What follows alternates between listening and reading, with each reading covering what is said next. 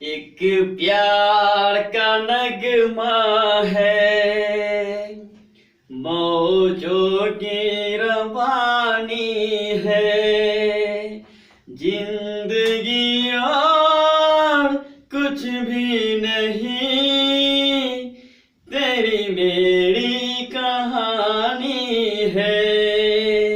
नमस्कार दोस्तों, मैं कुमार रंजीत आप सभी का देव अकेडमी में 0.3 में स्वागत करता हूं और मैं आपके बीच में लेकर आया हूं परसेंटेज, जहां पर आप सीखेंगे नर्सरी लेवल का क्वेश्चन कैसे करते हैं। तो हम स्टार्ट करते हैं अपनी क्लास को।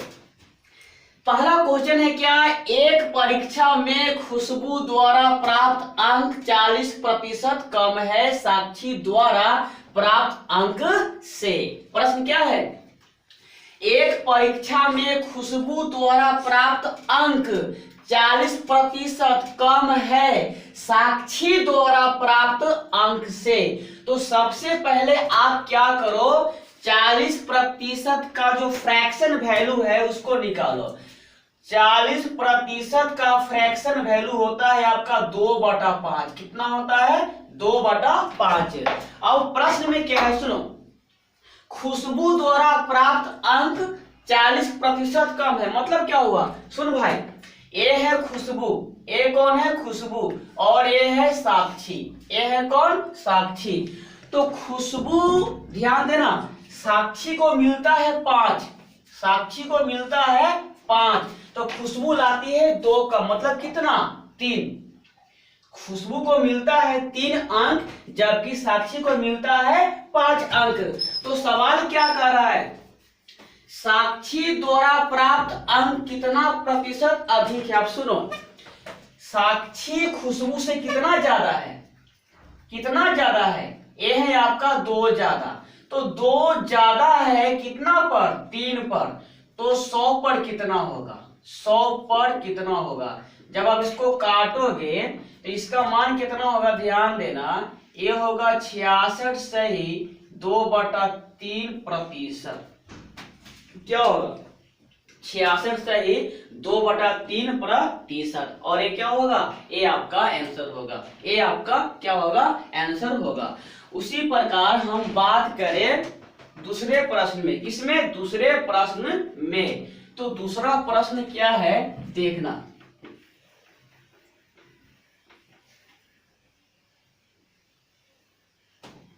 दूसरा जो आपका प्रश्न है,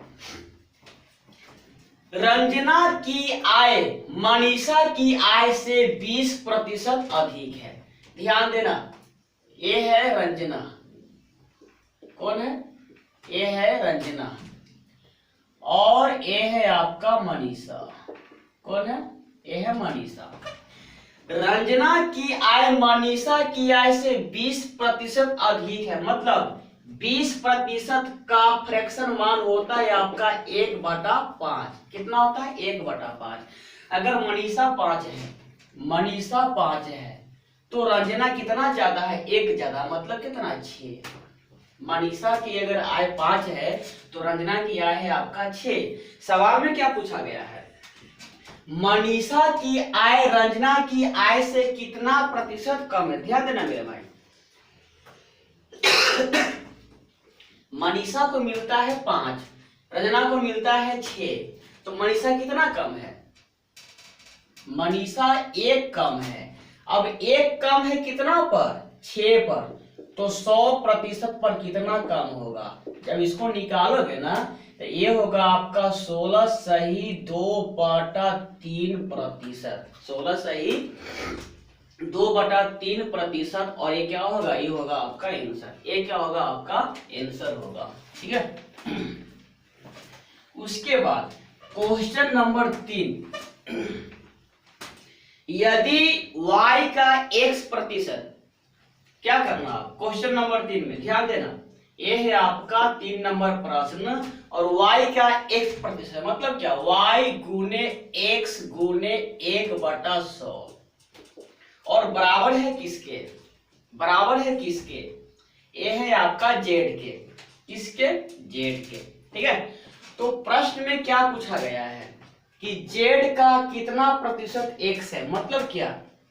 x ऊपर z नीचे इंटू में 100%, इसका मान आपको निकालना है।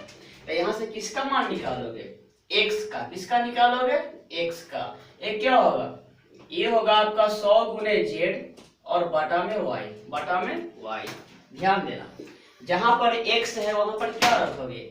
आपको इस मान को रखना पड़ेगा, ठीक है। ये क्या होगा? ये होगा 100 गुने z बटा में y गुने z और इंटू में होगा ये 100%, ठीक है। ए जेड से ए जेड कैंसिल, और ये क्या होगा? ये होगा 100 का स्क्वायर, ये होगा परसेंट, और बटा में क्या होगा? y, और ये क्या होगा? ये होगा आपका आंसर। ये क्या होगा? ये होगा आपका आंसर, ठीक है। ये होगा आपका आंसर।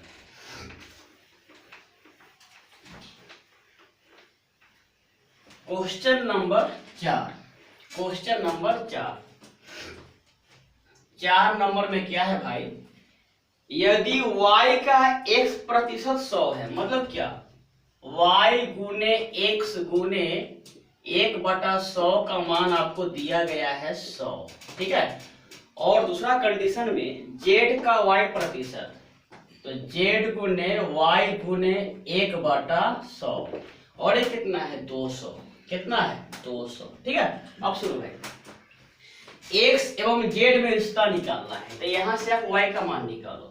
y निकालोगे तो क्या होगा? ये होगा आपका 100 गुने 100 और बटा में होगा x। यहाँ से y का मान निकालोगे, ये होगा आपका 100 गुने 200 और ये होगा बटा में क्या होगा? आपका z होगा। अब सुनो, रिश्ता निकालना है। ये है आपका y और ये है आपका y, दोनों मान बराबर है, ठीक है। दोनों मान बराबर है, उस कंडीशन में क्या होगा? यह वाला जो मान है ना आपका, इस मान का क्या होगा? बराबर होगा। तो क्या लिखोगे? ये होगा 100 गुने 100 बटा में x बराबर में होगा आपका 100 गुने 200 बटा में कितना होगा? z। 100 से 100 कैंसिल, 20 से 20 कैंसिल, ठीक है। अब आप तिरछा गुना करोगे तो यहाँ है 1, तो ये हो जाएगा आपका z बराबर, यहाँ 2 है और यहाँ पर x है, तो कितना होगा? 2x होगा, ठीक है। तो x एवं z के बीच में रिश्ता क्या है? ये रिश्ता है आपका, ठीक है। ये रिश्ता है आपका।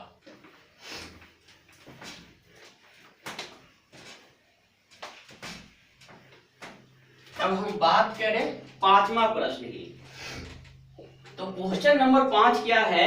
x का y% बराबर p है, मतलब क्या? x गुने y गुने 1/100 का जो मान है ना वो है आपका p, वो है आपका p।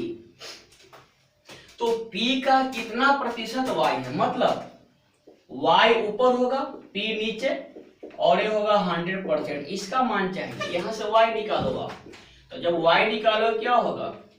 100 गुने p और बटा में x होगा, ठीक है।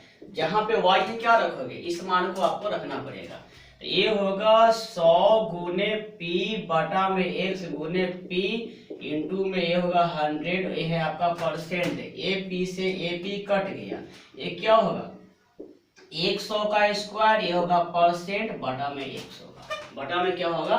x होगा, और ये आपका आंसर होगा। ये क्या होगा? आपका आंसर होगा, ठीक है। उसके बाद अगर हम बात करें प्रश्न नंबर 6, प्रश्न नंबर 6 की, किसकी? प्रश्न नंबर 6 की। तो बाबा किया है, ध्यान देना, बाबा, ये है भाई बाबा, कौन है? ये है भाई बाबा, और ये भाई साहब खालिद है, कौन है? ये है आपका खालिद, सुश्रीमान जी खालिद है। अब बाबा किया है, खालिद किया है से 33 सही 1/3%, 33 सही 1/3% का मान होता है 1/3। सुनो, बाबा किया है, खालिद किया है से इतना अधिक है, मतलब क्या? खालिद अगर 3 है, खालिद अगर 3 है तो बाबा 1 ज्यादा, मतलब कितना? 4। बाबा 4, खालिद 3। अब प्रश्न में क्या है कि खालिद किया है, बाबा किया है से कितना प्रतिशत कम है? ध्यान देना, तो खालिद है 3, बाबा है 4, खालिद कितना कम है बाबा से? ये है 1 कम, 1 कम है आपका 4 पर, 1 कम है 4 पर, तो 100% पर कितना होगा? ये होगा आपका 25% और ये क्या होगा आपका आंसर होगा, ये क्या होगा आपका आंसर होगा। उम्मीद करते हैं कि आपको ये बातें समझ में आ गई होगी। अगर ये बातें समझ में आ गई होगी तो आप कमेंट्स करके अपना विचार जरूर बताना। आप सभी का बहुत बहुत धन्यवाद देव अकेडमी मैथ 0.3 देखने के लिए।